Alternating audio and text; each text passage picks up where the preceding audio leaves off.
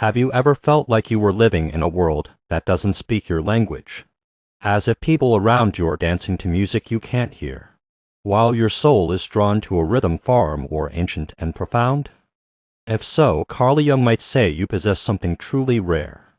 According to Jung, a few individuals carry a personality type so unique, so deeply introspective, and so symbolically rich that the world often misunderstands them. These people are not odd or broken, they are necessary.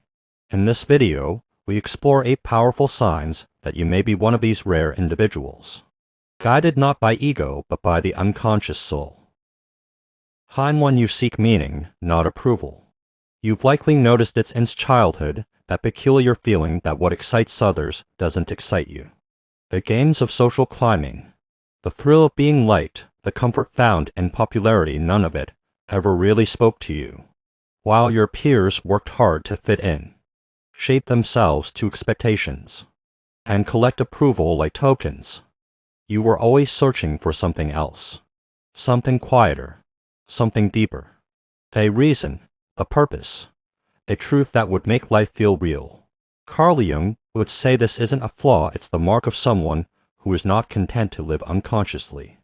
At the core of your being is a persistent hunger not for praise or recognition, but for meaning. You are not chasing attention. You are chasing understanding.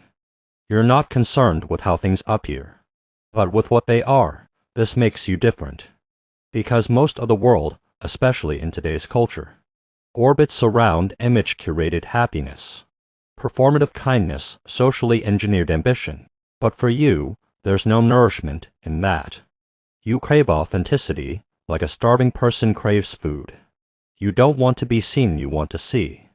To uncover the layers behind reality. To understand the self, the soul, the system. You want to know what drives people, what breaks them, what heals them. You want to make sense of your own suffering. You want to live a life that matters, not one that merely impresses. And because of that, you often feel out of place. You don't play along easily. You don't laugh at what everyone else finds funny. You don't chase what they're chasing, not because you think you're better, but because you feel differently. The emptiness of hollow compliments, the shallowness of trends, the fakeness of smiles, they affect you. You feel the dissonance in your chest, and that dissonance tells you that this world is not built for people like you. Carl Jung believed that people on the path of individuation, the psychological process of becoming your whole self, would naturally move away from collective norms. It's not rebellion, it's evolution. The approval others seek feels to you like a trap. You know that to constantly adjust yourself for others is to eventually lose yourself. And so, you've chosen only your path, one that prioritizes meaning, purpose, and truth over comfort, acceptance and applause. You would rather sit in silence with your integrity and stand in a crowd without it. This makes you rare, and it makes you strong. Because when you prioritize meaning over approval, you stop living reactively. You start living intentionally. But this path isn't easy. There will be times when you question your direction, especially when the world seems to reward the loud, the flashy, the shallow. You may feel unseen, uncelebrated, even punished for your depth. But what you must remember is this: the truth seeker walks a road that few dare to travel. And though the journey is difficult, it leads somewhere real. As Jung once said, the shoe that fits one person pinches another. There is no recipe for living that suits all cases. You are not meant to wear someone else's life. You are here to discover your own, and that discovery begins with the radical decision to stop performing and start becoming. Do you feel like an outsider even among friends? There's a unique kind of loneliness that doesn't come from being alone, it comes from being surrounded by people and still feeling unseen. You know that feeling intimately. You laugh with others, you sit among them. You even share parts of yourself, but there's always a quiet voice in the back of your mind whispering, "They don't really know me." Not because you're hiding, but because so much of who you are lies beneath the surface, unspoken, complex, and often untranslatable. Carl Jung understood this well. He spoke of the loneliness of consciousness, the experience of those who awaken to deeper layers of self-awareness. Once you begin to understand the subtle workings of your mind, once you sense the shadow within others and recognize it in yourself, the world becomes a different place. The surface-level interactions, the casual small talk, the noise of social performance, all of it begins to feel hollow. It's not that you don't care, it's that you care so deeply. But very few can meet you there. Even in moments that should feel connected, at dinners, celebrations, or group conversations, you feel like a witness more than a participant. You observe more than you engage. You listen beyond the words. You feel the emotions beneath people's expressions. You can sense when someone's smile is masking sadness or when their voice is betraying their inner fatigue. You don't just hear people, you read them. And the more you see, the harder it becomes to pretend. It's not arrogance, it's sensitivity. A rare kind, the kind that sees the invisible, hears the unsaid, and feels the intangible. You carry an emotional radar tuned into depth, which makes shallow connection feel suffocating. While others bond over what's trending, you long for conversations about meaning, wounds, dreams, fears, and the soul. You want to know who people are when they're not performing, but few are willing to go there. This is the paradox of your personality. You crave deep connection, but often feel too different to access it. You value emotional honesty, but you live in a world where people fear vulnerability. You want to be understood, but most people only know how to relate through familiarity, and your inner life is far from familiar. Jung taught that the path to individuation, the process of becoming psychologically whole, often leads us away from the collective. It's a painful path because it strips away the comfort of belonging. But it also opens a door to something sacred, the opportunity to belong to yourself. And when you belong to yourself, you become whole not by merging with others, but by honoring your unique truth. You've likely spent years wondering why you feel so separate. Why, no matter how much you try to fit in, something always feels slightly off, slightly wrong, as if the room is full but your soul remains untouched. But what if you're not meant to fit into the world's conversations? What if you're meant to change them? What if your isolation is not a punishment, but a preparation for deeper relationships, for creative insight, for emotional wisdom? So yes, you feel like an outsider, even among friends, even in places you once called home. But that isn't a defect. It's a signal that your perception, your depth, and your inner awareness are awakening. And as Jung reminds us, the privilege of a lifetime is to become who you truly are. That journey will make you feel different, but only because it leads to something extraordinary, becoming whole in a world obsessed with halves. Sign 3. You are deeply introspective. You've probably heard it your whole life: you think too much. But what they don't understand is that your thinking isn't just thinking, it's exploring. It's unraveling, reflecting, decoding. It's peeling back the surface of every experience to find the deeper story underneath. You don't simply let moments pass through, you hold them.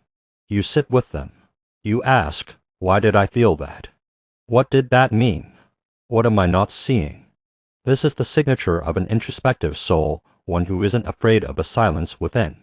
Carl Jung believed that to truly become whole, we must journey inward. Most people avoid that journey. They fill their time with noise, distraction, and busyness because looking inward means facing the parts of ourselves we've kept hidden. But not you. You go there willingly, not because it's easy, but because you know that's where the truth lives. You analyze your own thoughts like an archaeologist uncovering a buried temple. You don't just feel emotions, you try to understand where they come from. A simple conversation might leave you thinking for days. A conflict might lead you into a spiral of self-questioning, not because you're unsure of yourself, but because you care about growth, about understanding, about becoming better. And yes, it's exhausting sometimes. There are nights when you overthink, question too much, and wish you could just turn it all off. But you also know this depth is your gift, because introspection doesn't just lead to anxiety, it leads to insight. It's the reason you understand people so well. It's why your advice feels like it comes from somewhere ancient. You've walked through your own darkness, so you can sit with others in theirs. That's not weakness, that's wisdom. Jung saw introspection as a sacred dialogue with the unconscious.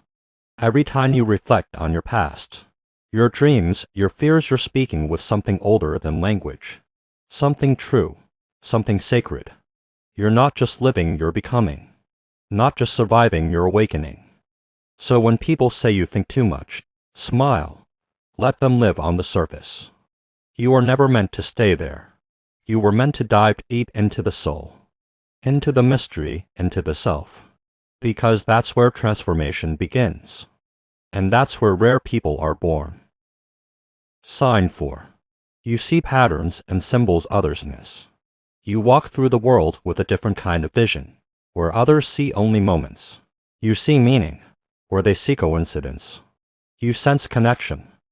A dream isn't just a dream to you, it's a message. A stranger's words, a recurring number. A song that plays at the right moment. These are not accidents in your eyes. They're patterns, whispers, symbols trying to tell you something.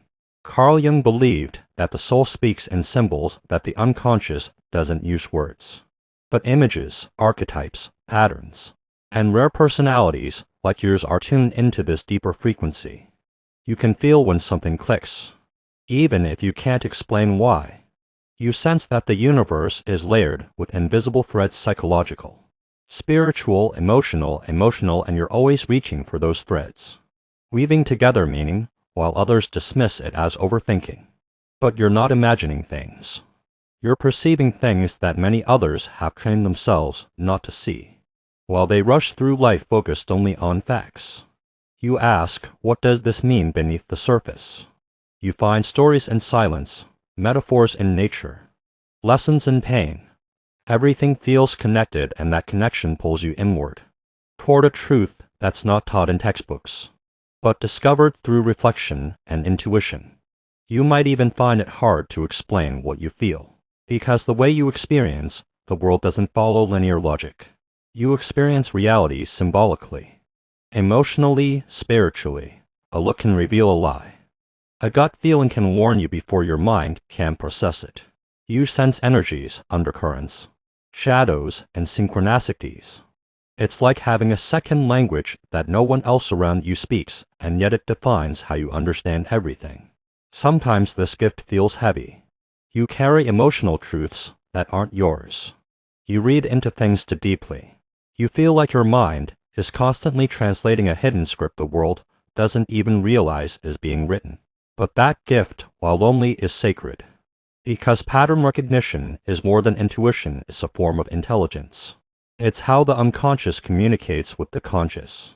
It's how deep thinkers and mystics throughout history have tapped into truths others couldn't yet see. And that's who you are, not lost, not overly sensitive, but symbolically awake. So the next time someone tells you to stop reading too much into things, smile. They don't see the magic you do. They haven't learned to hear what life is quietly whispering between the lines. But you have, you see beyond. And that vision, it's not a burden. It's your superpower. Sign 5. You feel emotions deeply, even if you hide them. To the outside world, you may appear calm, composed, even unreadable. People may assume you're distant or unaffected. But beneath that quiet surface is a storm. A beautiful, complex, overwhelming emotional world that very few people ever get to see. And that's not because you're hiding, it's because you've learned that most people don't know what to do with your depth.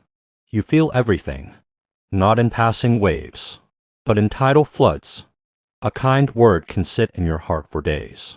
A sharp tone can echo inside you like thunder. You don't just register pain, you carry it. You don't just notice beauty, you absorb it. Your emotions are not fleeting reactions. They are entire experiences. And Carl Jung would tell us this sensitivity is not a weakness, it is the sign of a person deeply connected to their unconscious, their shadow, their soul. But living with this depth in a surface-level world comes at a cost. At some point, you learn it to control your expressions, to manage your reactions, to shrink your emotional presence so others wouldn't feel uncomfortable. Maybe it happened when someone called you too sensitive. or when you opened up and weren't met with understanding.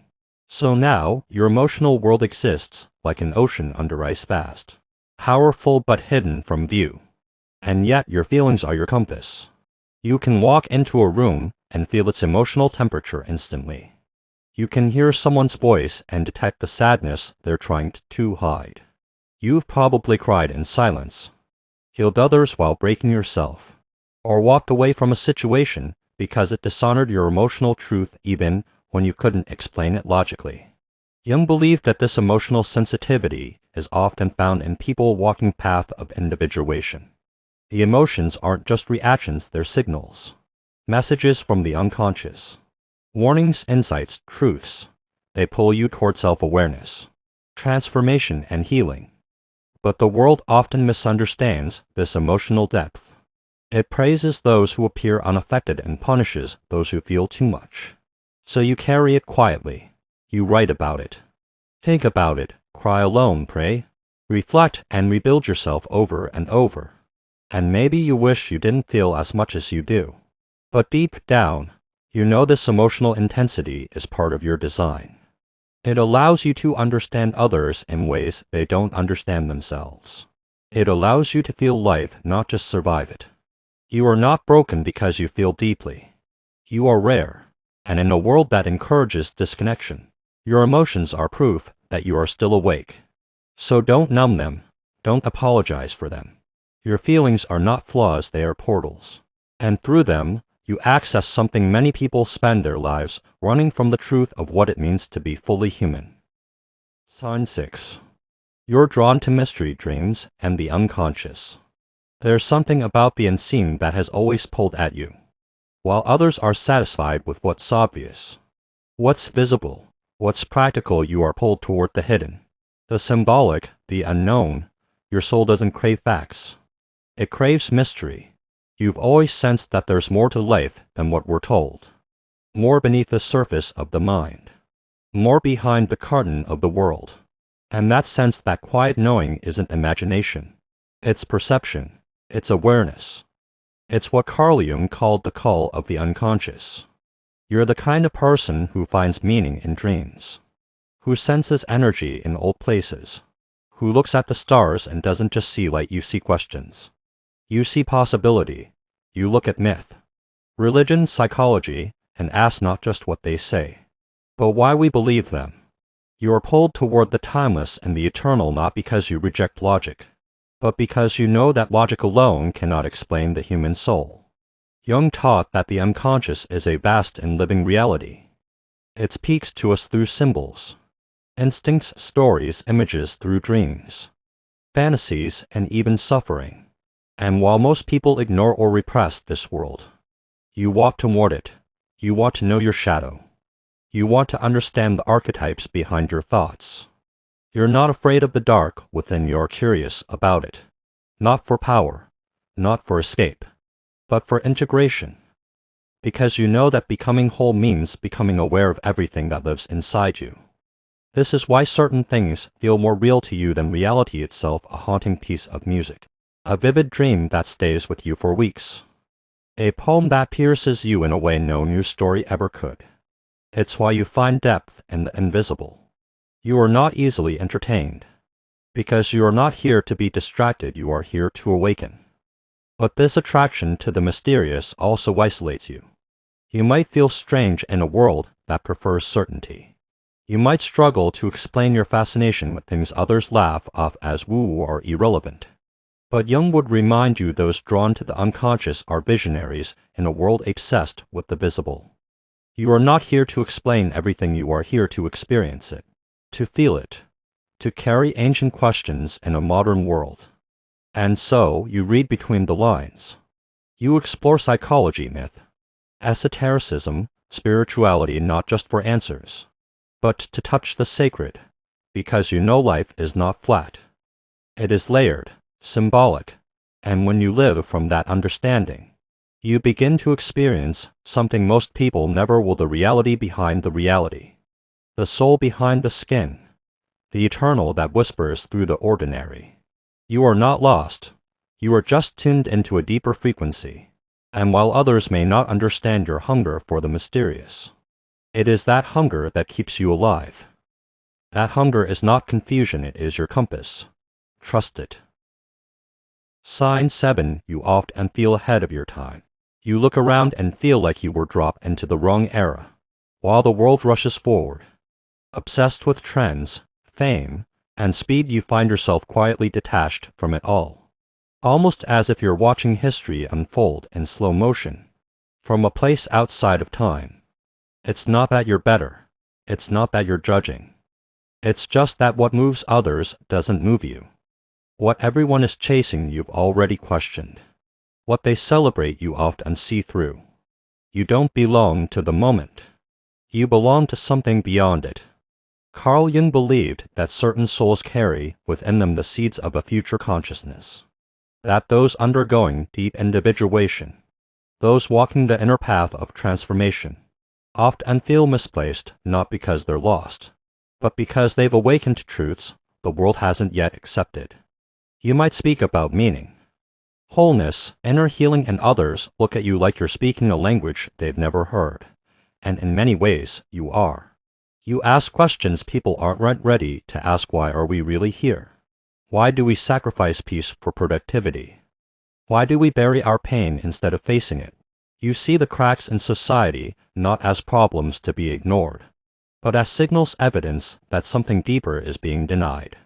While others are chasing more, louder, faster, you are slowing down, listening inward, searching for something real. That alone makes you rare. That alone makes you early. Being ahead of your time is not glamorous.